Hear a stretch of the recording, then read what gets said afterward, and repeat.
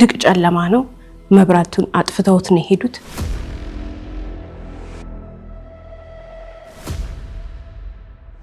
ህሊናው የሚወቅሰው ሰው ራሱን ብቻ አይደለም የሚጎዳው፣ አጠገቡ ያሉትንም ሰዎች በሙሉ። ወይንም ደግሞ ሰው ወደ ፈጣሪው ሄደ ሲባል አስከሬኑ በሰላም ይረፍ ይባላል። የኛን ህይወት የምንሰራበት መንገድ የዛሬን 24 ሰዓት አጠቃቀማችን ነው። ስህተቱ መቀበል የሚችል ሰው በጣም ጠንካራ ነው። በጣም በርካታ ሰዎች ስህተት ሲሳሳቱ ጎበዞች ናቸው። ሰላም የስለ ፕሮግራም ተከታታዮቻችን፣ ስለ ህይወት ቲቪ በየሳምንቱ በዚህ ሰዓት ይዞላችሁ የሚቀርበው ፕሮግራማችን አሁን ይጀምራል። ስለ ህይወት ፍርድ የተሰጠባቸውን እውነተኛ ወንጀል ታሪኮችን ለእናንተ ለተመልካቾች በድራማ መልክ እያቀናበርን ይዘን የምንቀርበው ፕሮግራም ይሆናል። የዛሬውን ፕሮግራም ይዤላችሁ የቀረብኩት እኔ ብስራት ገመቹ ነኝ። እስከ ፕሮግራማችን ፍጻሜ ድረስ አብራችሁ እንድትቆዩ እንጋብዛለን። እናመሰግናለን። የዛሬ ባል ታሪኮቻችን እነዚህ ሁለት ግለሰቦች ባልና ሚስቶች ናቸው። ሁለቱም ጸጋና ዳንኤል ይባላሉ። ጸጋና ዳንኤል እንግዲህ በጣም የሚዋደዱ ባልና ሚስቶች፣ መልካም ባህሪ ያላቸው ናቸው። ፍጹም በደግነታቸው እንጂ ክፋት የሚሰሩ ለሰው የማይራሩ ወይንም ጨካኝ ሰዎች ናቸው ተብሎ የሚታሰቡ አይደሉም። እንደዛ ሆነውም አያውቁም። ሁለቱም በደግነታቸው ይታወቃሉ ሲባል ግን በአንዱ ቀን ለማድረግ ያሰቡት ነገር እጅግ በጣም አስደንጋጭ ነው። ጥፋት አጠፉ። ጥፋት ሲያጠፉ ታዲያ ጥፋታቸውን ለመሸፈን ባልና ሚስቱ ተስማሙ። ጥፋታቸውን ለመሸፈን ሲስማሙ ግን አንድ ነገር አደረጉ። ይህችን ወጣት ልጅ ላይ ጨከኑባት። በሷ ህይወት ላይ ፈርደው ጥፋታቸውን ለመሸፈን ሲያስቡ በጣም በሚያሳዝን ሁኔታ ይህቺ ወጣት ላይ የደረሰው ነገር ማናችንን ብንሰማው የሚያስደነግጠን ነው። ወጣቷ የ17 ዓመቷ ልጅ የቤት ሰራተኛ ብቻ ሳትሆን ምንም ነገር ማታቅ፣ የትኛውንም ዓለም ያላየች፣ ከ15 ዓመቷ ጀምሮ እነሱ ቤት የኖረች በጣም የምታሳዝን ልጅ ናት። በዚች ህፃን ልጅ በምንላት ገና ታዳጊ ብዙ ተስፋ ያላት ልጅ ላይ ግን የፈረዱባት ባልና ሚስቶች ምን እንዳደረጓት፣ በስተመጨረሻ ምን እንደደረሰባት፣ እንዲሁም ደግሞ ፖሊስ ደርሶ በዚህ ቤተሰብ ውስጥ ገብቶ ያገኘው አስገራሚ ነገር የባልና ሚስቱን በመጨረሻ ሰዓት በድንጋጤ የወሰኑት ነገር የሶስት ሰውን ህይወት ወደ የትኛው አቅጣጫ እንደወሰደ በዛሬ ስለ ህይወት ፕሮግራማችን እናቀርብላችኋለን። ተከታተሉ።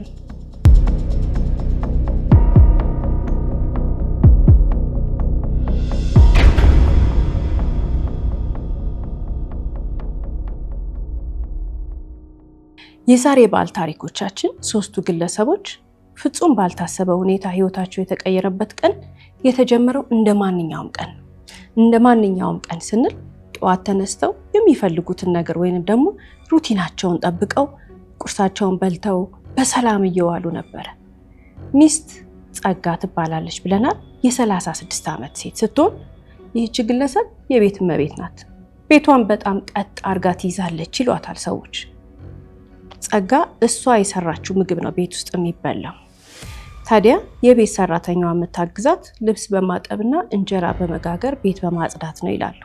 እሷ ሙሉ ሶስቱም ሰዎች የሚበሉትን ለሷ ለባሏና ለሰራተኛዋ ምግብ የምትሰራው ይህቺ ሚስት ናት። ባል ደግሞ ዳንኤል ይባላል። ዳንኤል የሚታወቀው በጣም ዝምተኛ ነው። ብዙ አያወራም የሚሉት ሰዎች ናቸው። ቢያወራም ደግሞ ድምፁን በጣም ቀስ አድርጎ የሚናገር ሰው ነው ብለው ይናገራሉ። እጅግ በጣም ኃላፊነት የሚሰማው ስራውን ሰርቶ ቤተሰቡን ቀጥ አድርጎ የሚያስተዳድር ሰው ነው። ስለዚህ እሷ ቤት በማስተዳደር ሲኢኦ ናት። በቃ ትልቅ ቦታ ያላት ነች። እሱ ደግሞ ቤተሰቡን ለፍቶና ጥሮ በማኖር የታወቀ ነው። ሁለቱ ተከባብረው ነው የሚኖሩት። ሶስተኛዋ ሰው እንግዲህ የቤት ሰራተኛቸው ማናት? ሚሚ። እነሱ ቤት ከመጣች 2 ዓመቷ ነው። ስትመጣ የ15 ዓመት ልጅ ናት። በሰው አማካኝነት ነው የመጣችው። በጣም በቃ ልንገምተውና ልናስበው ከሚገባን በላይ ተቸግረው ከሚኖሩ ቤተሰቦች ነው የመጣችው። በገጠራማ የሀገራችን አካባቢ ያደገች ልጅ ናት። አሁን ወደ ከተማ ስትመጣ በተስፋ ነው የመጣችው። መማር ትፈልጋለች። ህይወቷን መቀየር ትፈልጋለች። ከነበረችበት ቦታ የበለጠ እነሱ ቤት ስትገባ፣ ባልና ሚስቱ ቤት ስትገባ በጣም ተደስታለች። ህይወቷ ከዚህ በኋላ እነሱ ቤት ገብታ እንደሚቀየር አውቃለች። የሚገርመው ነገር እነዚህ ባልና ሚስቶች ማታ ማታ ያስተምሯታል። የማታ ማታ ትማራለች። ጥሩ እየገፋች እየመጣች ነው። ከዛ በተጨማሪ ደግሞ ያከብሯታል። ፍጹም ተስማምተውና ተከባብሮ እየኖሩ ያለ ነገር ግን የሶስቱ ህይወት የሚቀየርበት ቀን ሲጀምር በሰላም ብለናል። ኖርማል ቀን ዋሉ። እንግዲህ ትልቁ ነገር የተፈጠረ የቱ ጋ ነው? ሚስት የባሏን ልብስ እየተኮሰች ነበረ። የባሏን ልብስ እየተኮሰችለት እያለ ቤት ውስጥ ደግሞ የሚጋገር እንጀራ ሽታ አለ። እየተጋገረ ነበር እንጀራ። የምትጋግረው የቤት ሰራተኛዋ ሚሚ ናት። ሁላችን እንደምናውቀው እንጀራ ሲጋገር ሽታው ደስ ይላል አይደል? ግን ቤቱ ሰላም ነው ንፋስ እንዲኖረው ብላ በሩን ከፈት አድርገዋለች፣ ትንሽዬ ንፋስ እንዲገባ ብላ። ከዛ በተጨማሪ መስኮትም ተከፍቷል። ቤቱ ሰላማዊ ቤት ነው። እንጀራ የሚጋገር ይሸታል። ሚስት ደግሞ ልብስ እየተኮሰች ነው። ባል ከስራ መጣ፣ ስራውን ጨርሶ። በር ማን ከፈተለት? የቤት ሰራተኛዋ። ልክ እንደገባ ብድግ አድርጎ የምሳቃውን ሰጣት። ቀን ምሳ ይዞ ስለሚሄድ የበላበትን ምሳቃ ሰጣት። እሺ ብላ አስገባች። ወዲያውኑ ሚስት ጠራቻትና የምትጋግሪውን እንጀራ አቁሚና አለቻት። ምጣዱን አጥፊና የጀመርኩትን ልብስ ተኩሺ፣ በኋላ ትጋግሪያለሽ እንጀራ አለቻት። እሺ አለች። ምጣዱን አጠፋች። ባልና ሚስቱ ተያይዘው እነሱ ወደ ሌላ ክፍል ሄዱ። እዛው ቤት ውስጥ ናቸው። ግን ሚሚ ልብስ መተኮስ ጀመረች። ሁሉም በሰላም ነበረ። የሚሄደው ቀኑ ባል እረፍት እያደረገ ነው። ሚስት ከሱ ጋር ነች። ሚሚ ልብስ እየተኮሰች ነው። ከዛ በኋላ ግን ጸጥ አለ ድምፁ። ሚስት ናት የምትጣራው። ሚሚ ሚሚ ብትላት አትሰማም። ዝም አባባሏ አስደነገጣት። ምክንያቱም ሚሚ እንደዚህ አይነት ልጅ አይደለችም። ገና ስትጠራ አቤት የምትመጣ ንቁ ልጅ ናት። ቤቱም ደግሞ ያን ያክል ትልቁ ሆኖ ድምፅ የማያሰማማ አይነት አይደለም። ትንሽ ሰው ድምፁን ከፍ አድርጎ ቢጠራ የሚሰማ አይነት ቤት ነው። ጸጥ ስትላት ግራ ገባት። ከዛ ምን አደረገች? መጣች። ስትመጣ ግን ያየችው ነገር ማመን አቃታት። ሚሚ ወድቃለች። ልብስ ስተኩስ የነበረችው ልጅ ምን ሆና ወደቀች ብላ ጮኸች። ባልየው ወዲያው መጣ። እሱ ሲመጣ ግን ለምን እንደወደቀች ገባው። እንዳትነኪያት ኤሌክትሪኩ ይዟት ነው አለና እንዳትነኪያት ብሎ አስጠንቅቋት ሄዶ ቆጣሪውን መለሰው፣ ወይንም ቆጣሪውን አጠፋው።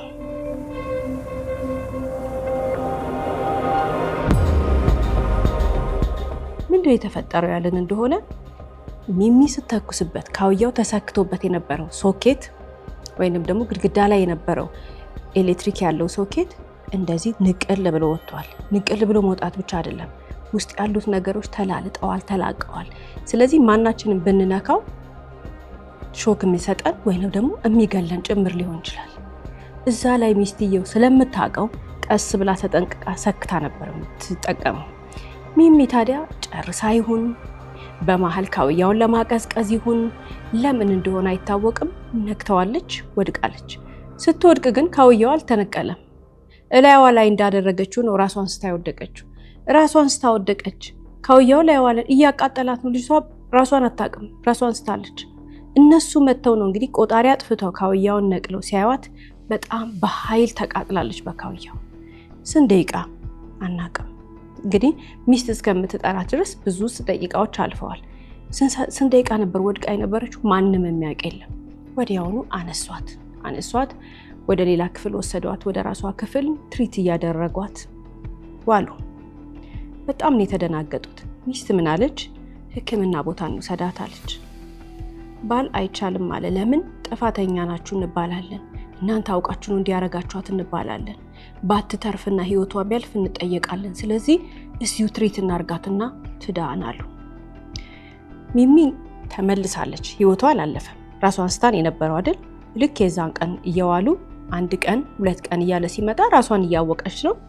መናገር በጣም ያቅታታል፣ መነሳት ያቅታታል።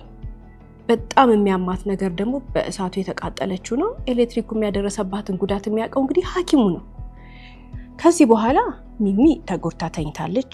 ሚስት በደንብ መብላት ስለማትችል አጥሚት እየሰራች ሚስት ጸጋ ማለት ነው ታበላታለች፣ ታጠጣታለች አጥሚቱን በማንኪያ። ባልየው ደግሞ ተጠንቅቆ መድኃኒት ይሰጣታል።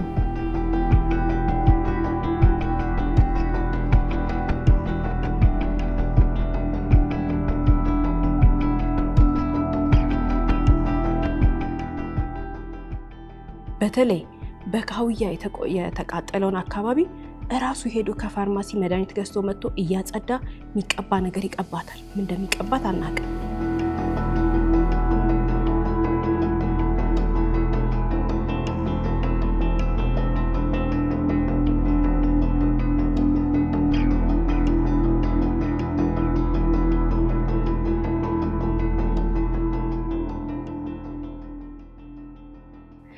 የሚዋጥ መድኃኒትም ይሰጧታል። በተለይ ደግሞ የስቃይ ማስታገሻ እያሉ የሚሰጧት ነገር ትንሽ ከስቃይዋ ጋብ ያደርግላታል። ግን ልጅቷ አልዳነች፣ በጣም ታማለች። ሕክምና ማግኘት አለባት። እነሱ በፍጹም ሕክምና ሊሰጧት ፈቃደኛ አይደሉም። ሚስት በተደጋጋሚ ትጠይቅ ነበር። መጨረሻ ላይ ግን አሳመናት። ሁለቱም አሁን ምን አደረጉ?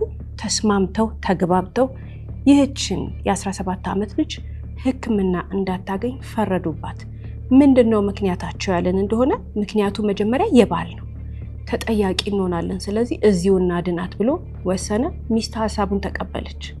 ታዲያ እንግዲህ ሚሚ ተቃጥላ በጣም ታማለች። እየተሰቃየች ባለችበት ሰዓት ባልና ሚስት ደግሞ የቻሉትን ሁሉ እንድትድን በሚያደርጉበት ሁኔታ ላይ ያሉ በአንዱ ቀን ማታ ተኝታ እያለ ጨለማ ነው። አጠገቧ ማንም የለም። አሟት ይሁን ወይስ መውጣት ፈልጋ ይሁን ምን ሆና ምን ፈልጋ እንደሆነ አይታወቅም። ግን ተነሳች። ካልጋዋ ላይ ተነሳችና በር ለመክፈት መሄድ ጀመረች። ድቅድቅ ጨለማ ነው። መብራቱን አጥፍተውት ነው የሄዱት። ምንም ኮሽኮሽታ የለም። ባልና ሚስት እንቅልፋቸውን ተኝተዋል። ሌላም የሚሰማት ሰው የለም። ጸጥ ያለ ቤት ውስጥ እንግዲህ ያቺ የታመመችው ልጅ በደም መራመድ የማትችለው ወይንም ደግሞ እራሷን ችላ በደም መሄድ የማትችለው ልጅ እንደምንም ብላ ካልጋዋ ላይ ተነሳች። ወረደች። ካልጋው ላይ መራመድ ጀመረች። ከዚህ በኋላ እንግዲህ ባልና ሚስት ጠዋት ሲነሱ አልጋዋ ላይ የለችም። አምልጣ አይደለም ወይንም ከቤቱ ወጥታ ሄዳ አይደለም። እዛው መሬት ላይ ለመራመድ ትንሽ ከሞከረች በኋላ እዛው ነው የወደቀችው። እዛው ወድቃ ግን ህይወቷ አለፈ።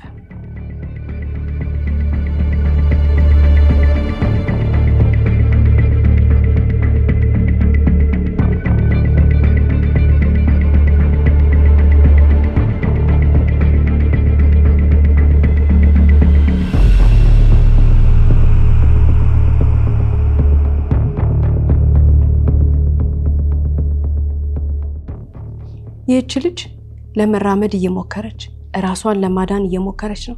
መድኃኒት ፈልጋ ነው። በጣም ስለታመመች ነው።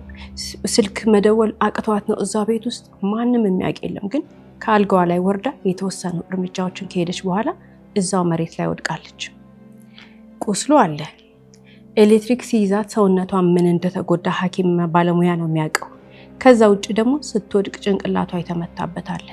እነዚህን ሁሉ ነገሮች ሲመለከቱ ግን ባልና ሚስቱ እየበለጠ ደነገጡ። አሁን ባል ሚስትና አስከሬን ነው እዛ ቤት ውስጥ ያሉት። በጨርቅ ጠቀለሉትና አንድ ክፍል መሬት ላይ አስቀመጡት።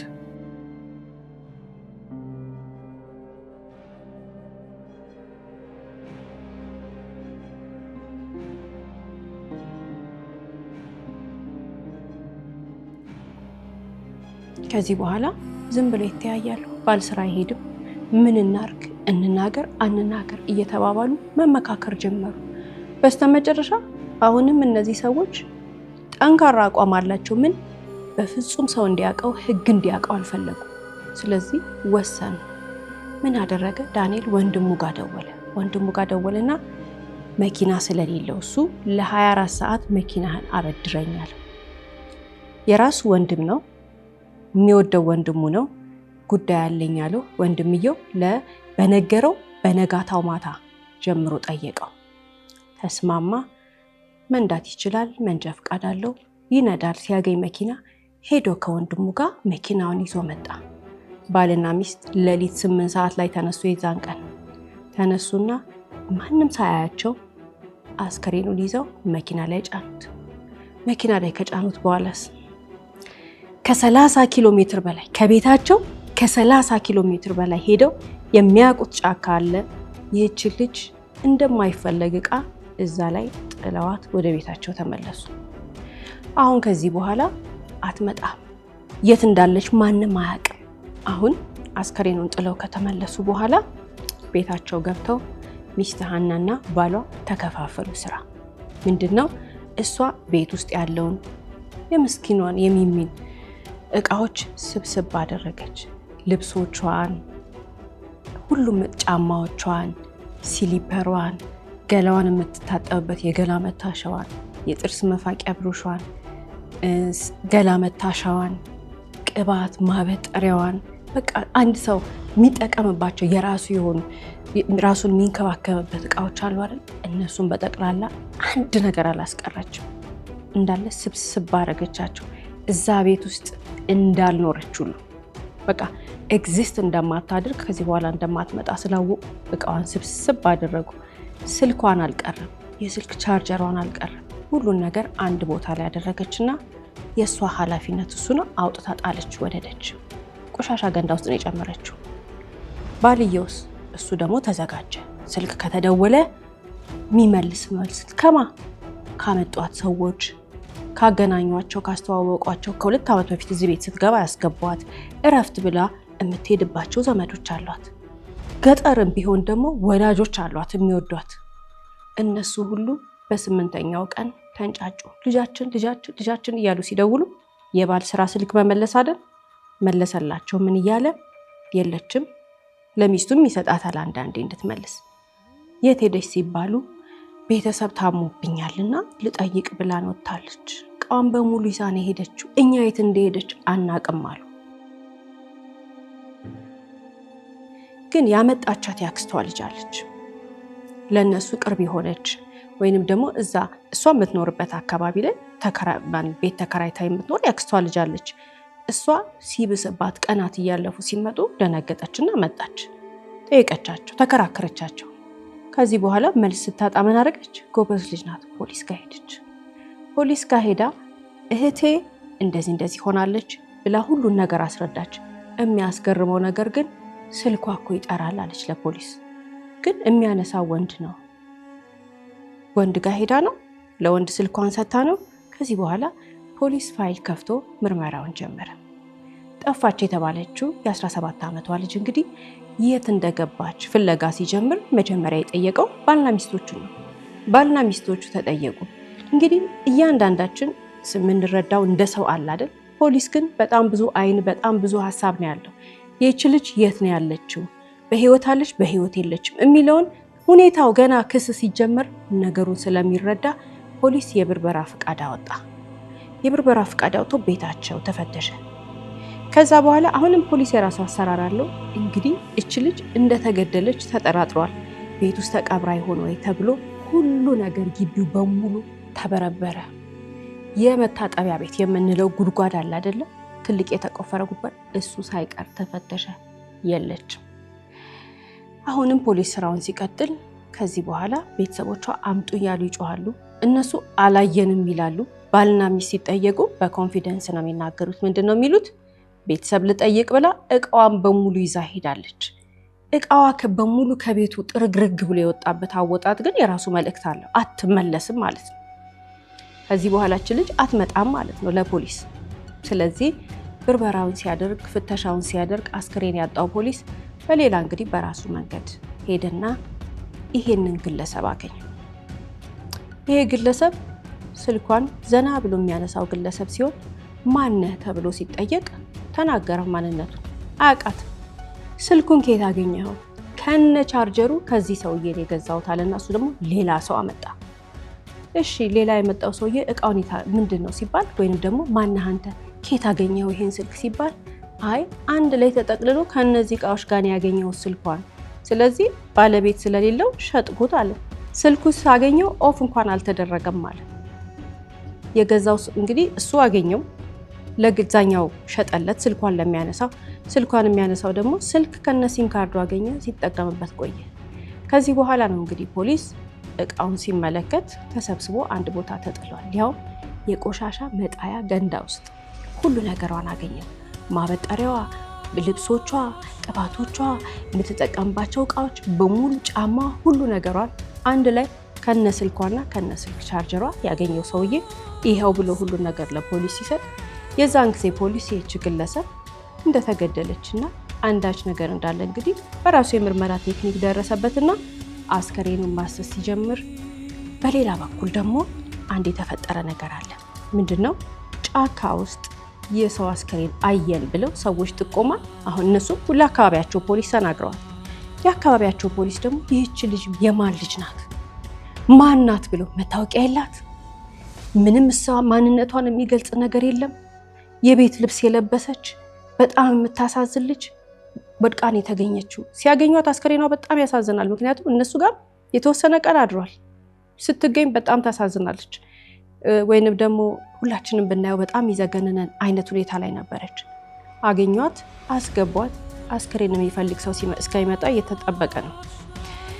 እዚህ ጋር ማንነቷ ያልታወቀች ልጅ አለች።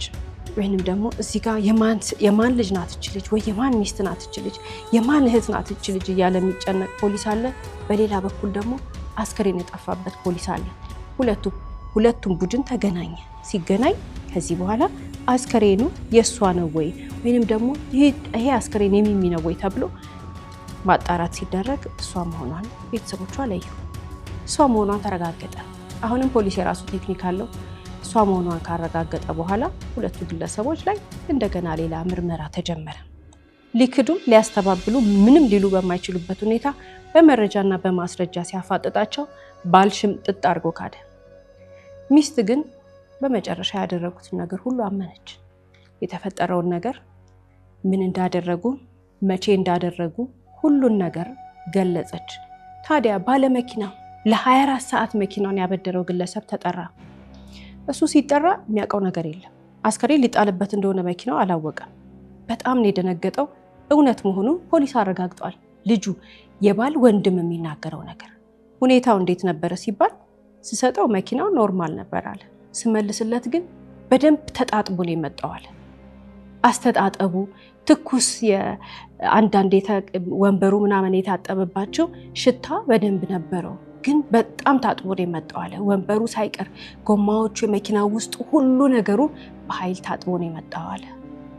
ግለሰቡ ምንም የሚያውቀው ነገር የለም፣ ግን ወንድሙን ለመከላከል አልሞከረም። የሚያውቀውን እውነቱን የተናገረው። ከዚህ በኋላ እንግዲህ እነዚህ ሁለት ግለሰቦች ባል ቢያምንም ባያምንም ሚስቱ አምናለች፣ በቂ ማስረጃና መረጃ ተከሰሱ። ከተከሰሱ በኋላ እድሜ ልክ እስራት ተፈረደባቸው። ሌላስ እንግዲህ ባለቤት የሌለው ስልክ እዛ ጋር ወድቆ አግኝቶ አንስቶ የሸጠ ሰው አለ። ሁለቱም ተቀጥተዋል። ከየት እንደመጣ ሳይታወቅ ተዘርፎ ይሁን ሰው ተገሎ ይሁን ከምን ይሁን ብድግ አድርገው ብቻ በመሸጣቸው እነዚህ ሁለት ግለሰቦች የሚያስጠይቃቸው አልመሰላቸውም ነበረ። እነሱም ቅጣታቸውን ተቀብለዋል።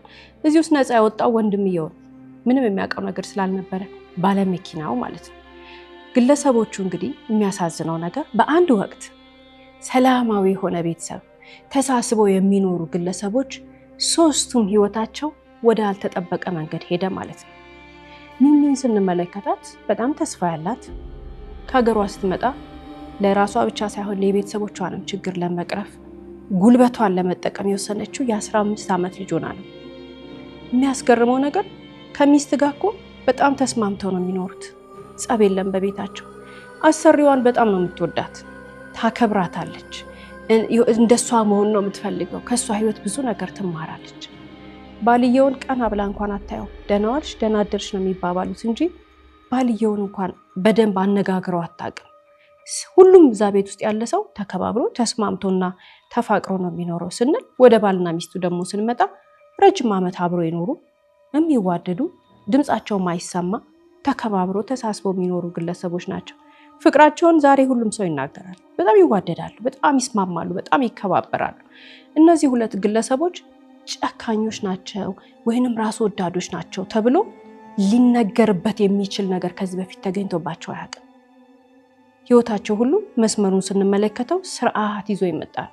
በፍቅር በሰላም ተስማምተው የሚኖሩት እንግዲህ አንድ ቀን በዛች ዕለት ያቺ ካውያ ሶኬቷ ስትሰካ ትክክለኛ ቦታ ስላልተሰካች ከዛ በኋላ የተፈጠረውን አደጋ ደግሞ እነሱ መቀበል ስላቃታቸው ርህራሄ ውስጣቸው ሳይኖር ቀርተው የ17 ዓመቷን ልጅ ፈርደውባት ራሳቸውን ነፃ ለማውጣት ብለን ልናስብ እንችላለን፣ ወይም የተለያየ ምክንያት እንዳለው ልንገልጽ እንችላለን። በወሰኑት ውሳኔ ከዚህ በኋላ እነሱ ወደ ማረሚያ ቤት እሷ ደግሞ ወደ መቃብር የሄደችበትን የእነዚህን የሶስት ሰዎች አሳዛኝ መጨረሻ እንዲፈጠር ያደረጉት ባልና ሚስቶቹ ናቸው። ሁልጊዜም እንግዲህ ከታሪኮቻችን መጨረሻ የምናነሳቸው በርካታ ሀሳቦች አሉ። የዛሬ ባል ታሪካችን ሚሚ ሁላችንም ታሳዝነናለች። በጣም የምታሳዝን ልጅ ናት። አንጀትን ብትበላ ልጅ ናት።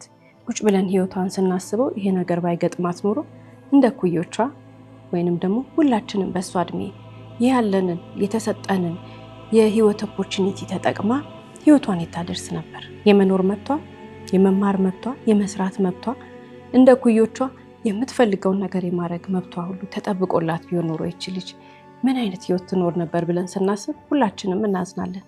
ባልና ሚስቶቹ የወሰኑት ውሳኔ እንግዲህ እሷንም እሱንም የጎዳቸው ቢሆንም ባይገኙስ ኖሮ እውነት እነሱ እንዳሰቡት አስከሬኑን ፖሊስ ባያገኘው ብለን ብናስብ እንኳን ያ ሊሆን አይችልም። እውነተኛ ፍትህ እኮ ከፍርድ ቤት ብቻ አይደለም፣ ከህግ አካል ብቻ አይደለም። እውነተኛ ፍርድ ከህሊናችንም ነው የምናገኘው። ህሊናችን ንጹህ ከሆነ፣ አይምሯችን ንጹህ ከሆነ፣ የምናደርገውን የምናውቅ ከሆነ እሱም ራሱ አንድ ትልቅ ራሱን የቻለ ፍትህ ነው፣ ፍርድ ነው። የሚያስገርመው ነገር የሰው ልጅ አይምሮ መጠየቁን አያቆምም። የሰው ልጅ አይምሮ ክፉ ነገር ካደረግን መውቀሱን አያቆምም። የሰው ልጅ አይምሮ የፈለገ በቃ አረመኔ ሰው ቢሆን እንኳን ህሊናው መውቀሱ አይቀርም፣ መጸጸቱ አይቀርም። ምናልባትም ምንም አይነት ነገር ከዚህ በፊት የክፋትና የመጥፎ ነገር ያደረግን ሰዎች ላንሆን እንችላለን። በሆነ ሰዓት ግን በራስ ወዳድነት የምንወስነው ውሳኔ ግን እንደው ህግ ፊት ባንቀርብ እንኳን ከጭንቅላታችን ማምለጥ አንችልም። በጣም ይጸጽተናል። በጣም ጭንቅላታችን ይወቅሰናል። ማንነታችንን እናጣለን። በየቀኑ ተያዝኩ አልተያዝኩ የሚለው ሰቀቀን አለ። በሚያሳዝን ሁኔታ የዛሬ ባል ታሪኮቻችን እንደው ባያገኛቸው ኖሮ ፖሊስ ብለን ብናስበው ያ ሊሆን አይችልም አይደል? ባያገኛቸው ኖሮ እውነት እነዚህ ሁለት ግለሰቦች በሰላም ይኖሩ ነበር? እውነት እንደው እነሱ ኖርማል ህይወታቸውን ከዚህ በፊት የነበረውን ይቀጥሉ ነበር? አይምሯቸው በጣም ብዙ ነገር ነው የሚያስበው። ጥያቄ ይጠይቃል። ወቀሳውን አይችሉትም ነበር፣ ጸጸቱን አይችሉትም ነበር። ሊተኙ አይናቸውን ሲጨፍኑ ፊታቸው ላይ ድቅን የምትለው እሷ ነች። እንቅልፋቸውን ነበር የሚያጡት። ንጹህ ህሊና የሌለው ሰው መኝታ የለውም። ንጹህ ህሊና የሌለው ሰው እንቅልፉን ያጣል የሚለው የፈጣሪ ቃል ነው። ንጹህ ህሊና ታዲያ እንዴት ነው? ሰውን ከመበደል፣ ሰውን ከመጉዳት፣ በራስ ወዳድነት እንደው ድንገተኛ ነገር ሲፈጠርም እንኳን ውሳኔው የምናደርገው ነገር እኛም ብቻ የሚጠቅም ከሆነ ህሊናችን በፍጹም ንጹህ አይሆንም። ከዚህ ታሪክ ትልቁ የምንማረው ነገር እሱን ነው። ክፉ ላንሆን እንችላለን። መጥፎ ነገርን የምናደርግ ሰዎች ላንሆን እንችላለን። የህይወት መመላለሳችን፣ የህይወት እርምጃችን፣ ህይወታችንን ለመምራት የምንመርጠው መንገድ ሁሉ ህግን ያከበረ ፈጣሪን የፈራ ሊሆን ይችላል። ግን ባላሰብነው ቀንና ሰዓት ድንገት የሆነ አይነት አደጋ ሊፈጠር ይችላል። ያ አደጋ ሲፈጠር በራስ ወዳድነት እራሳችንን ለማትረፍ ስንል ሌላን ሰው ጎድተን ወንጀል ውስጥ ልንገባ እንችላለን። ይሄ እኮ ማናችንም ላይ ሊደርስ ይችላል። ምንም ስለሆንን አይደለም፣ ማንም ስለሆንን አይደለም፣ ሰው ስለሆንን የሚፈጠር ነገር ነው። እንደ ፈተና ከተቀበልነው፣ እንደ አንድ በህይወታችን የገጠመን ችግር ከቆጠርነው፣ ካልተደናገጥን ከዛ በኋላ የምንወስነው ውሳኔ ኖርማል ይሆናል። ትልቅ ነገር መገንዘብ መቻል ያለብን ያላሰብነው ነገር ሲገጥመን ተጠያቂ የሚያደርግ ነገር ቢሆን እንኳን ማድረግ ያለብን ነገር ኃላፊነታችንን መወጣት ነው። ኃላፊነት መወጣት ማለት ሰው ከሆነ የጎዳ ነው በፍጥነት ሕክምና ቦታ መውሰድ ነው ያለብን፣ ለመደበቅ እንዳንሞክር። ከዛ በተጨማሪ ደግሞ የትኛውም አይነት አደጋ ፖሊስ ጣቢያ ተኪዶ ሪፖርት መደረግ አለበት። ምንም ይሁን አደጋው። ለምን ከእጃችን ላይ አይሆንም የወደቀብን የሆነ ነገር፣ ንብረትም ይሁን የጠፋው፣ የሰው ነፍስም ይሁን የተጎዳው፣ የሰው ነፍስም ይሁን ያለፈው ትልቅ ነገር ነው። ይሄ የምናረገው ያንን ለዛ ሰው ብለን አይደለም፣ ለተጎዳው ሰው ብለን አይደለም፣ ለጠፋው ንብረት ብለን አይደለም። እራሳችንን እናከብራለን። የማይደረግና የሚደረግ ነገር ላይ ተናቃለን። ስለዚህ ቀጥታ ሄደን ምናረጋለን? ለፖሊስ ሪፖርት እናረጋለን። ይሄ ፍርድ ላይ በጣም ትልቅ አስተዋጽኦ አለው። ያ ሰው ደብቆ የተገኘበት ፖሊስ መድረሱ አይቀርማ። ፖሊስ ይደርስበታል የደበቅነውን ነገር። ደብቀን ከተገኘን፣ ደብቀን ከዛ በኋላ ያንን ወንጀል ለመሸፈን ሌላ እንደገና በጥፋት ላይ ጥፋት አጥፍተን ስንገኝ በህግ ፊት ትልቅ ልዩነት አለው። ከምን ጋር? ራሱን ሄዶ ካጋለጠው ሰው ጋር እንዲህ ገጥሞኛል ብሎ ከተናገረው ሰው ጋር ትልቅ የሆነ ልዩነት አለው ፍርድ ላይ። እዚህ ጋር ልናነሳ የምንፈልገው አንድ ነገር ምንድነው? ሰው ህግን በጣም ይፈራል። ከህግ ጋር ተያይዞ ደግሞ ፖሊስ ሲባል ይደነግጣል። እውነቱ ግን ፖሊስ ከወላጅ በላይ ወላጅ ከወለደ ወላጅ በላይ ሰውን የሚያግዝ ሰውን የሚረዳ ሰውን የሚጠብቅ ነገር ቢኖር ፖሊስ ነው። የሰው ልጅ ከፈጣሪ ቀጥሎ መቅረብ ያለበት ከህግ ጋር ነው ስንል መፍራት የለብንም። ፖሊስ እንደኛ ሰው ነው። ፖሊስ እንደኛ ሰው ነው ስንል ደግሞ እንደውም የሚጠብቀን አካል ነው፣ እንዳንጎዳ የሚያደርገን ነው። ሰው ለምንድን ነው ሲያጠፋ የሚፈራው? ብናጠፋም ብንበደልም ብንከሰስም ብንከስም እውነተኛውን ነገር ለፖሊስ መናገር አለብን። መፍራት የለብንም። ፖሊስ ስናይ እንደ ወላጅ ነው ማየት ያለብን። ከወላጅም በላይ ነው ፖሊስ። ይሄ የኛ ሀገር ብቻ አይደለም፣ የዓለም ህግ ነው። ዓለም ላይ ሁሉ የሚደረገው ወይንም ደግሞ የሚታሰበው አስተሳሰብ ፖሊስ ከወላጅ በላይ ነው። በጣም ፍትህን ይሰጣል። የብዙ ሰዎችን ህይወት እረፍ እንዲል ያደረገው፣ ብዙ ሰዎች መከራ ውስጥ እንዳይገቡ ያደረገው ህግ ነው። ከነዚህ መካከል ደግሞ አንዱ ፖሊስ ነው። መፍራት የለብንም። ብናጠፋም እውነቱን ተናግረን እንገላገል። የሚመጣብንን ነገር መቀበል ይሻለናል። በርካቶች አለን አይደል? በመኪና ሰው ገጭተን አምልጠን ሄደን። በርካቶች አለን አይደል? የማይደረግ ነገር አድርገን የተደበቅን። በርካቶች አለን አይደል? ፈጣሪ ብቻ የሚያውቀው ሚስጥር አድርገን ዝም ብለን የተቀመጥን። ህሊናችን እረፍት ያጣ፣ ሌሊቱን ሙሉ ቁጭ ብለን የምናድር፣ ሰዎች ጋር ተሰብስበን እያወራን ሰው ሁሉ ሰው እየተዝናና እኛ ፍዝዝ ብለን ጭንቅላታችን ሂድት የሚል ምን አመጣው ይሄን ሁሉ ነገር? እድሜ ልክ በአይምሮ እስራት ውስጥ ከመኖር የመጨረሻው ነገር ማረሚያ ቤት መግባት ነው አይደል? አመታት ታስሮ መውጣት ይሻላል አይምሮአችን እድሜ ልኩን ከሚታሰር። ታዲያ ለምን ህሊናችን እኛ ሲያዝ ህሊናችን ሲወቅሰን በፍርሃት ውስጥ ስንሆን ምንድነው ነው? ልጅ ካለን ልጆቻችንን እንኳን ቁጭ ብለን ማጫወት አንችልም። ልጆቻችንን ማስጠናት አንችልም። ልጆቻችንን መንከባከብ አንችልም። በቂ እንቅልፍ እንዲያገኙ ክትትል ማድረግ አንችልም። ምግባቸውን መከታተል አንችልም። ማስተኛት አንችል፣ ማጠብ አንችል። ለምን? ይሄ ተይዟል። ህሊናው የሚወቅሰው ሰው ራሱን ብቻ አይደለም የሚጎዳው፣ አጠገቡ ያሉትንም ሰዎች በሙሉ ነው። ከትዳር አጋሩ ጋር ያለው ግንኙነት በጣም ይበላሻል። ከጓደኞቹ ጋር ያለው ግንኙነት ይበላሻል። በርካቶች አሉ ልክ የሆነ ሰው በድለው የሆነ ጥፋት አጥፍተው እራሳቸውን ደብቀው ሲኖሩ ህይወታቸው ቀስ እያለች ቁልቁለቷን ትሄድና ከ5 ከ6 ዓመት በኋላ ሌላ ማንነት ይዘው ይመጣሉ። አዲስ ነው የሚፈጠረው። በቃ ሰው ጥፋት ካጠፋ በኋላ ህሊናው የሚወቅሰው ከሆነ ሌላ ሰው ነው የሚወለደው። ሁሉ ነገሩ ይቀየራል። በረከቱን ላይ ይጠፋል። የሆነ ነገር መጥቶ ቅምት የተደረገ ይመስል ህይወቱ፣ ማንነቱ፣ በረከቱ፣ ተስፋው፣ ጸጋው ሁሉ ነገሩ ይወሰድበታል። ይሄ ሁሉ ለምንድን ነው?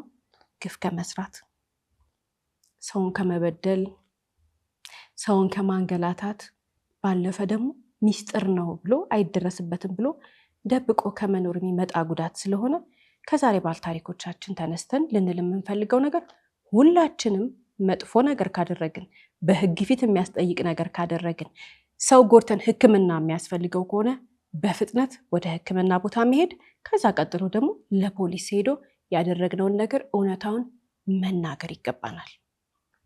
ሚሚን አይተን እንግዲህ ሌላ የምናነሳው ሀሳብ አለ አይደል? እነዚህ ባልና ሚስቶች አብረዋት ሲኖሩ የሆነ ያክል ሰዓት ደሞዝ ቢከፍሏትም ተጠቅመውባት ግን እንደ ዕቃ ጣሏት። ልክ በህይወት እያለች ልክ እሷ መስራት ስትችል እሷ ለነሱ ጥቅም ብቻ መስጠት ስትችል አኖሯት። ስትጎዳ ግን ምን አደረጓት? እንደ ኖርማል ይሄ የሆነ ተጠቅመንበትን ማንፈልገው ጋር ምን ጥለዋል አይደል? እንደ ሰው እንኳን አልቆጠሯትም። ወስደው አስከሬኗን ጫካ ውስጥ አሉት። ሰው እኮ ነፍሱ ሲያርፍ ወይንም ደግሞ ሰው ወደ ፈጣሪው ሄደ ሲባል አስከሬኑ በሰላም ይረፍ ይባላል። ክብር አለው የሰው ልጅ። አስከሬኗን እንኳን በሰላም ለማሳረፍ ወደ ቤተሰቦቿ ለመውሰድ አዝነው፣ ሰው ሀዘኑን እኮ በለቅሶ ይገልጻል። ለኛ ደግሞ ባህላችን ነው። ፍቅራችንን የምንገልጽበት መንገድ ነው። ውስጣቸው ምን አይነት ነው? ምንም ርህራሄ የለም። እንደ ሰው አልቆጠሯትም። ጥቅም ስትሰጣቸው ብቻ ነው የምትቀመጠው። ይሄ እንግዲህ ሁላችንም በውስጣችን ለራሳችን የምንሰጠው ለጥያቄው የምንሰጠው መልስ አለ። እኛስ ምን አይነት ሰዎች ነን? ብዙ ጊዜ ሰውን ተጠቅሞ የሚጥል ሰው ሳይሆን እኛ ራሳችን ያ ጉዳት የሚደርስበት ሰው ዝም ብሎ የሚጠቀምብን አይነት ሰው ነን። ሰው ዝም ብሎ ከኛ ጥቅም ብቻ እየወሰደ በየጊዜው እየተጠቀመብን ከዛ በኋላ የሆነ ነገር ስንሆን አውጥቶ የሚጥለን አይነት ሰው ነን። ማገናዘብ መቻል አለብን። የሰው ልጅ ክቡር ነው። የሰው ልጅ ፈጣሪ ሲፈጥረው ማንም ይሁን ከየትም ይምጣ የትም ቦታ ይደግ ምንም ይሁን በዓለም ማንነቱ ሲገለጽ ግን በፈጣሪ ዘንድ ግን ሁሉም እኩል ነው። ሁላችንም እኩል ተመሳሳይ ሰዎች ነን። ታዲያ ሁላችንም ተመሳሳይ ክብር አለን። ተመሳሳይ ፈጣሪ የሰጠን ሊከበር የሚገባው ነፍስ አለን። ይሄንን ፈጣሪ የሰጠንን ክቡር ህይወታችንን ማን አጠገብ ሄደን ከማን ጋር እየኖርን በምን አይነት ሁኔታ እያሳለፍነው ነው ሲባል አንዱ የሚደርስብን ነገር ደግሞ የሰው መጠቀሚያ መሆን ነው። ሰው ዝም ብሎ የሚጠቀምብን በየቀኑ ከጠዋት ተነስተን እስከ ማታ ድረስ በስራ ጉልበታችንን ድክም እንላለን። ያገኘነውን ነገር አንስተን ግን ለሰው መስጠት ገንዘብ ሊሆን ይችላል። አንዳንድ ሰዎች ጉልበታችንን ምጥጥ ሲያረጋቸው አይታወቃቸውም። የሚደክመን አይመስላቸውም። ሰውነታችን የሚዝል አይመስላቸውም አይደል? ሲጠቀሙብን እዚህ ቦታ ሂጅልኝ፣ እዚህ ቦታ ሂድልኝ፣ እንትና አድርስልኝ፣ በዚህ ግባ፣ ይሄን ጉዳይ አስጨርስልኝ። በጣም የሚያስገርመው አንዳንድ ሰው ደውሎ ሁላችንም በርካታ አይነት ነገር ገጥሞን ያውቃል። ይደውሉና ምን ይሉናል? የቤታችን ዲሽ ተበላሸ አሰሪልኝ፣ የቤታችን ብርጭቆ ተሰበረ ና እናርገው። ሰው አይደላችሁም? እግር የላችሁም? እጅ የላችሁም? ፈልጋችሁ ወጣችሁ ጉዳያችሁን አታስጨርሱ? የሰውን ጉልበት እንደ እንትን ምጥጥ አድርጎ መጣል። የሰው ልጅ ከምንም በላይ ክቡር ነገሩ ሰዓቱ ነው። የሰው መጠቀሚያ መሆን የለብንም። ሁላችንም አንድ ቀን 24 ሰዓት ናት ለሁላችንም እኩል የተሰጠችን ከፈጣሪ። 24 ሰዓታችንን የየራሳችንን ጉዳይ ልናስፈጽም እራሳችንን ኃላፊነት ያለብን። በርካቶቻችን ይሄን ነገር አንቀበልም ብለን እናውቃለን። የሰው ጉዳይ አስፈጻሚ ነን ሳይከፈለን። ጉዳይ አስፈጻሚ ክቡር ስራ ነው፣ ግን ደሞዝ ሲከፈለው ነው። በነፃ ዘመድ ስለሆነ ጎረቤት ስለሆነ ጓደኛ ስለሆነ የሰው ጉዳይ አስፈጻሚ እንዳንሆን። ክፍያ የሌለው ጉዳይ አስፈጻሚ ለጉልበቴ ሳይከፈለኝ፣ ለሰዓቴ ሳይከፈለኝ፣ ለእውቀቴ ሳይከፈለኝ፣ ለማደርገው ነገር ሳይከፈለኝ ለምን ብዬ ነው የሰው ጉዳይ የማስፈጽመው? እንዳናስፈጽም። ሰዓታችን ውድ ነው። ሰዓታችን ክቡር ነው። ምንም የምናረገው ነገር ባይኖረን እንኳን በጠራራ ፀሐይ ቤታችን ገብተን ለጥ እንበል። እንቅልፍ ትልቅ ነገር ነው። ምን ስንሆን ነው ክርትት የምንለው እንዴ? ዝም ብሎ ሰው የሚጠቀምብን ሰው መሆን የለብንም። የሰው ጉዳይ ደግሞ ማስፈጸም ከጀመርን አንዴ በተለይ ስጋ ነው ብለን በተለይ አንዳንዱ በጣም ያሳዝናል። አንዳንድ ቤተሰብ ውስጥ አንድ ልጅ አለ፣ ጎበዝ ልጅ። ሌላው በሙሉ ሂድና ይሄን አርግልኝ፣ ያን አርግልኝ፣ ልጅ ትምህርት ቤት አመላልስልኝ፣ ምጣድ ተበላሸብኝ እና ሶፋውን እንደዚህ አስደርግልኝ፣ መጋረጃ አሰቅልልኝ፣ እንትን የሚገዛ ነገር እዘዝልኝ የሚባል ወይንም የምትባል ልጆች አሉ። የእናንተ እድሜ፣ የእናንተ በረከት፣ የእናንተ ጸጋ ውሸታቸውን ነው። አይወዷችሁም። ምጥጥ እያረጉባችሁ ነው። ህይወታችሁ እየተወሰደባችሁ ነው። ጊዜያችሁን እንዳሰጡ ለሰው፣ ሰዓታችሁን እንዳሰጡ ለሰው፣ ክፍያ የሌለው ስራ እንዳሰሩ ለሰው። ክፍያ በዚህ ዘመን እኮ ሰዓታችን ነው ገንዘብ። በዚህ ዘመን እኮ ጊዜያችን ነው ገንዘብ። አይታወቃቸውም። የእህት የወንድሞቻቸውን የእናት አባታቸውን ጉዳይ ሲያስፈጽሙ የሚውሉ በርካታ ወጣቶች አሉ። ደግ ስለሆናችሁ ነው። ተላላኪ ያረጓችሁ ስለሚወዷችሁ አይደለም፣ የዋህነታችሁ ነው። ፍቅር ያለው ሰውማ፣ ወንድም እህቱን የሚያከብር ሰውማ፣ የአክስት ያጎቱን ልጅ የሚያከብር ሰው፣ ጎረቤቱን የሚያከብር ሰው የሰውን ሰዓት ያከብራል፣ የሰውን ህይወት ያከብራል።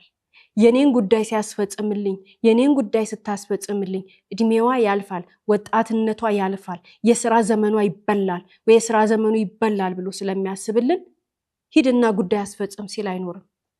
ለአንቺ ወይንም ለአንተ የሚሆን ስራ ፈልግ፣ ተማር፣ ጊዜህን በአግባቡ ተጠቀም፣ በሰዓትህ ስራ፣ በሰዓትህ ተማር ነው የሚለን እንጂ ጉዳይ አስፈጽምልኝ ሲል አይውልም። እንደነዚህ አይነት ጉዳይ ሲያስፈጽሙ ለቤተሰቦቻቸው እድሜያቸው ቅርጥፍ ተደርጎ የተበላ ዛሬ በርካታ ትላልቅ ሰዎች አሉ። በየቤቱ ሄደን እስቲ እንጠይቃቸው፣ በየቤቱ ብንጠይቃቸው ያሳዝናሉ። እነዛ ጉዳይ ሲፈጸምላቸው የነበሩት የነሱ እህት ወንድም፣ የአክስት ልጅ፣ ዘመድ ምናምን ዛሬ ትልቅ ቦታ ናቸው። ከዛስ ለሱ የሚበላ እየሰጡት፣ እሱም ርህራሄ ካላቸው ምስኪን ነው ያ ሰው። ምክንያቱም አልሰራም አልተማርም፣ ሲላላክ ነው ጊዜውን ያቃጠለው። የነሱን ገንዘብ እየተቀበለ ይኖራል። ያለፈው አለፈ። አሁን ያለው ወጣት ግን መረዳት ያለበት ለሰው ለማንም ሰው ጉዳይ አስፈጻሚ እንዳትሆኑ። ጉዳይ ካስፈጸማችሁ ከተላላካችሁ ክፍያ ጠይቁ። ምክንያቱም ሰዓታችሁን ነው የምትሸጡት። ሰው የትኛውንም ስራ ይስራ ገንዘብ ለማግኘት ስርዓት ያለው ህግን የሚያከብር ፈጣሪን የሚፈራ ሆኖ ስራ ይስራ። ጉዳይ ማስፈጸም ጥሩ ነው። ወንድምሽ ሆነ እህትህ፣ ማንም ይሁን ማንም ይሄንን አድርግልኝ ካለ ጊዜያችን ውድ ነው፣ ሰዓታችን ውድ ነው። ዓለም እየተቀየረ ነው። ዓለም በብርሃን ፍጥነት ጥሎን እየሄደ ነው። ስለዚህ በቀን 3 ለመብላት ራሳችንን ለመቻል መጠለያ እንዲኖረን፣ ውሃ እንዲኖረን በሰነ ስርዓቱ ሰርተን ተከፋይ ልንሆን ይገባል። በዚህም የባክን የወጣት እድሜ መኖር የለበትም። በዚህም ይበላሽ በዚህም ይሄድ እንደ ትላንትና ትላልቅ ሰዎቹ ጉዳይ ሲያስፈጽሙ የጉርምስና የወጣትነት የስራ መስሪያ የመማሪያ ዘመናቸው እንደተበሉት ሰዎች ወንዶችም ሴቶችም አሉ። ዛሬ እናትና አባት ተብለው የተቀመጡ ሰዎች እንደነሱ እንዳንሆን ጥንቃቄ እናድርግ። በዚህ ውስጥ የሚያልፍ ሰው ራሱ ብቻ አይደለም የሚጎዳው። ሁላችንም ትዳር እንይዛለን፣ ልጅ እንወልዳለን። የወለዳችሁት ልጅ አንድ ቤት ተፈጥራችሁ ከወንድሞቻችሁ ጋር የእናንተ ልጆች የሚኖሩት ህይወትና ጉዳይ ስታስፈጽሙላቸው የነበሩት ሰዎች የሚኖሩት ህይወት የተለያየ ነው የሚሆነው። አንቺ ወይንም አንተ ተላላኪ አድርገውሃል፣ አንቺ ወይንም አንተ ጉዳይ አስፈጻሚ አድርገውሃል አይደል? የአንቺ ልጆች የሚማሩበት ትምህርት ቤት፣ የሚለብሱት ልብስ፣ የሚኖሩበት ቤት ሁሉ ነገር የሚሆነው አንቺ በረከትሽን ወይንም አንተ በረከትህን ስለያዝክ ያን የተረፈውን ነገር ነው የምንሰጣቸው። ከመላላክ የሚገኘውን ውጤት ነው የምንሰጣቸው። አልላላክም ብንልስ የራሳችሁ ጉዳይ። ሁላችንም እኩል 24 ሰዓት አለን፣ ራሳችሁን ቻሉ ካልንስ ለልጆቻችን ጥሩ ህይወት የምንመሰርትበትን ትምህርት እንማራለን፣ ሞያ እንማራለን፣ የስራ ባለቤት እንሆናለን፣ ስራችንን በአግባቡ እንሰራለን። ሚስትም ትሁን ባል ልጆች ጥሩ ህይወት እናመቻችላቸዋለን። የዛሬ ሰዓታችን የዛሬ ተግባራችን ዛሬ ሰዓታችንን የምንጠቀምበት ነገር የነገ የእኛን ህይወት ብቻ አይደለም የልጆቻችንን ህይወት መስመር የሚያስቀይር ነገር ስለሆነ ራስ ወዳድ እንሆን፣ ራሳችንን እናክብር። ምንም ይሁን ምን ማድረግ ያለብን ነገር 24 ሰዓታችንን በአግባቡ ተጠቅመንበት ትግት ብለን ድክም እስከሚለን ድረስ መስራት ያለብን ለሁለት ነገር ነው። ራሳችንን የምናኖርበት እንጀራ የምንበላበትን ገንዘብ መስራት፣ ከዛ በተጨማሪ እውቀታችንን የምናገኝበትን ነገር ማዳበር ነው እንጂ ሌላው ሁሉ ነገር ትርፍ ነው። መዝናናቱም ለሰው ብለን የምናደርገውም ነገር የትም ሄደን የምናጠፋው ነገር በሙሉ ትርፍ ነው። የእኛን ህይወት ነገ የሚናገርልን የእኛን ህይወት የምንሰራበት መንገድ የዛሬን 24 ሰዓት አጠቃቀማችን ነው። የት ነው ብሎ ምን ሳረግ ነው ሙለው የሚለውን ነገር ራሳችንን መጠየቅ አለብን። ለምን? የነገ ህይወታችን ማለት የዛሬ ተግባራችን ስለሆነ። የዛሬ ባል ታሪኮቻችን ጥንካሬያቸውን ሊያሳዩበት የሚገባ ነገር ግን ደካማ ሆነው የተገኙበት ነገር ስህተታቸውን አለመቀበል። ስህተታቸውን ቢቀበሉ ኖሮ በጣም ጠንካሮች ነበሩ። ጠንካራ ጎናችን አንዱ ትልቁ መሆን ያለበት ወይንም ደግሞ የእንትና ጠንካራ ጎን ብለን ካነሳን የምናነሳው ስህተትን መቀበል መቻሉ ነው። ስህተቱ መቀበል የሚችል ሰው በጣም ጠንካራ ነው። በጣም አይምሮ ላይ ሰርቷል። ማገናዘብ ይችላል፣ ማሰብ ይችላል። ምንም ነገር አይፈራም። የሚመጣውን ነገር ሁሉ ለመቀበል ዝግጁ ነው። እነዚህ ሁለት ባልና ሚስቶች ግን እንደዛ አልነበሩ። ስህተታቸውን አልተቀበሉትም። ፍርሃት ነው፣ በህግ ተጠያቂነት እንዳይኖር ነው። የተለያየ ሀሳብ ልናነሳ እንችላለን። ግን እነዚህ ሰዎች ስህተታቸውን ባለመቀበላቸው ደካማ ጎናቸው ወይንም ደግሞ ደካማ ሆነው የወሰኑት ውሳኔ ምን እንዳደረሰባቸው አይተናል። ታዲያ እኛስ ምን አይነት ሰዎች ነን? ስህተትን እንዳንቀበል ወይንም ደግሞ ስህተታችንን ዋጥ አድርገን እንዳንቀበለው የሚያደርገን ነገር ምንድን ነው? አይምሮአችን ውስጥ የተቀመጠ አስተሳሰብ ነው። ፍርሃት ልንለው እንችላለን። ሰው ምን ይለኛል ልንል እንችላለን። የተሰጠን መረጃ አንድ ሰው ጥፋት ሲያጠፋ ስህተትን በስህተት አርም ተብሎ የተነገረው ሊሆን ይችላል። ወይንም ደግሞ ያደግንበት ቤት ወይም የወለዱን ወላጆች ወይንም በተለያየ ጓደኛ አማካኝነት ሰው ስህተትን በስህተት ሲያርም ካየን፣ ሲደብቅ፣ ሲሸፋፍን ምናምን ካየን አይምሮአችን ላይ የተቀመጠ ነገር አለ። ለምሳሌ ለምንድን ነው አንዳንድ ሰዎች መኪና ገጭተው የሚያመልጡት? ለምንድን ነው ርህራሄ የሌላቸው? ለምንድን ነው ያንን ሰው አንስተው ወደ ሆስፒታል ያልወሰዱት ብለን ስንመለከት ሁላችንም የየራሳችን ግምት አለን አይደል? ተሳስተዋል። መግጨት መሳሳት ነው፣ በህግ ያስጠይቃል። ግን ከዛ ቀጥሎ የሚያነሳ አለ፣ እየሮጠ ሐኪም ቤት ወስዶ የሚያስፈልገውን ሁሉ የሚያደርጋለ፣ ጥሎ ደግሞ የሚሄድ አለ። ለጥሎ የሚሄደው ሰውዬ ለምዶ ጥሎ የሚሄደው አይምሮ ውስጥ የተቀመጠ አንዱ ያገኘው መረጃ ነው። ምክንያቱን ስንመለከተው ማለት ነው። ብዙ ነገር እናነሳለን ብለናል አይደል? አንዱ ትልቁ ነገር ግን አይምሮ ውስጥ ያለው ሐሳብ፣ አይምሮ ውስጥ ያመነው እምነት፣ አይምሮ ውስጥ የተቀመጠው ጭንቅላቱ ላይ ያስቀመጠው እውቀቱ ነው። ገጭቶ ማምለጥ ይሻላል ይላሉ አንዳንድ ሰው። ገጭቶ መሮጥ ይሻላል ከማሳከም ብለው የሚነግሩን አሉ። ይህ በጣም ትልቅ ስህተት ነው። እነዚህ አስተሳሰቦች ናቸው እንግዲህ የሰውን ልጅ ውሳኔውን ሲሳሳት ስህተቱን እንዳይቀበል የሚያደርጉት፣ ፈሪ የሚያደርጉት ነገሮች እንደነዚህ አይነት ሐሳቦች ናቸው። የምናውቀው ሐሳብ የምናውቀው እውቀት ምን አይነት ነው ስህተት ላይ የሚለውን መመልከት መቻል አለብን። በጣም በርካታ ሰዎች ስህተት ሲሳሳቱ ጎበዞች ናቸው። ስህተታቸውን በስህተት ለማረም አይሞክሩም። ስህተታቸውን ለመደበቅ አይሞክሩም። ስህተታቸውን ይማሩበታል። ራሳቸውን አይወቅሱም። ምክንያቱም ሰው ነኝ ተሳሳትኩ ብለው ያምናሉ።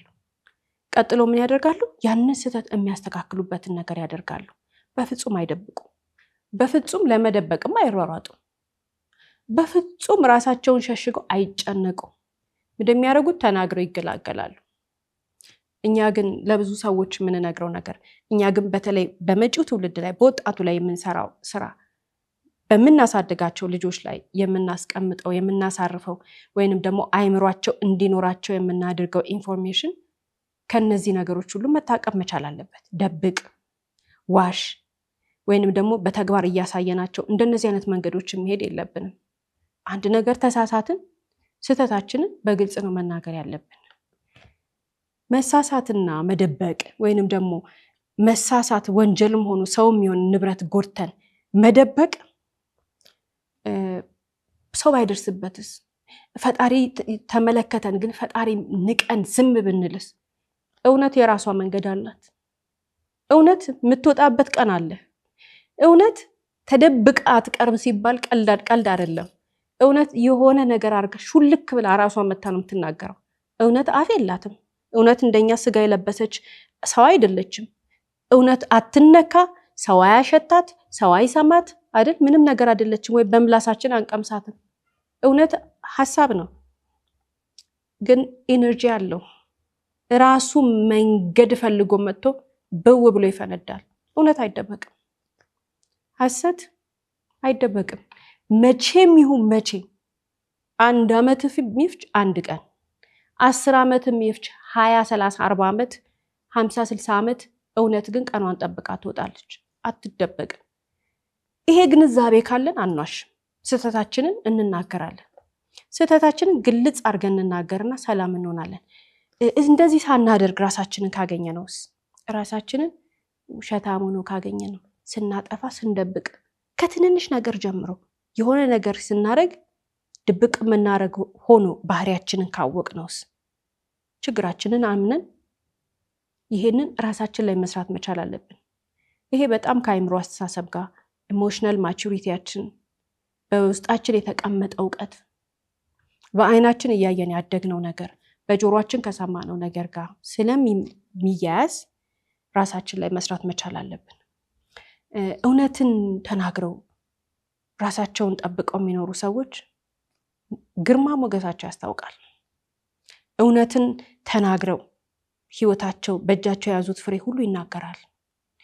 እንደነሱ አይነት ሰዎች ጋር መዋል ጥሩ ነው። እንደነሱ አይነት ሰዎችን ማናገር ጥሩ ነው። ከእንደነዛ አይነት ሰዎች ጋር አስተሳሰባቸውን መኮረጅ መልካም ነው። ሀሳባቸው ምንድን ነው? እንዴት ነው የሚያስቡት?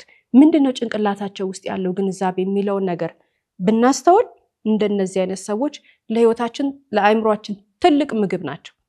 እንደነዚህ አይነት ሰዎችን ማማከር ከእንደነዚህ አይነት ሰዎች ጋር ማውራት ግን አንዳንዴ ደግሞ ገፍቶ ሄዶ በጣም ስንሳሳት ስንደብቅ ራሳችንን ካገኘ ነው የህክምና ባለሙያ ጋር ሄደን በትክክል መታከም መቻል አለብን። ምክንያቱም ይሄን አስተሳሰብ ከጭንቅላታችን ያወጡልናል።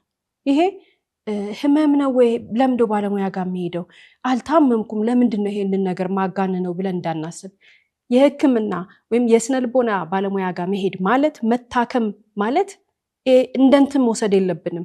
እንደ አንድ አይምሮዋ እንደተነካ ሰው ምናምን ተደርጎ ነው። አንዳንድ ሰዎች እንደዚህ ሄድኩኝ ብዬ ስነግራቸው ለምን ምን ሆነሽ ምናምን ይላሉ። እኔ ችግሬን ካወቅኩኝ ምንም ችግር የለብኝም። ባለሙያ ጋር ሄጄ ዝርግፍ አድርጌ ነው የምናገረው። ለምን ላይፍ ኮች ነው ያ ሰው ህክምና ይሰጣል፣ ግን ደግሞ እንደ ላይፍ ኮች እንየው። ጥንቃቄ ማድረግ መቻል አለብን። ስንደብቅ ስህተታችንን ስንዋሽ ምናምን ካገኘ ነው እንሂድና ባለሙያ ጋር እንናገር።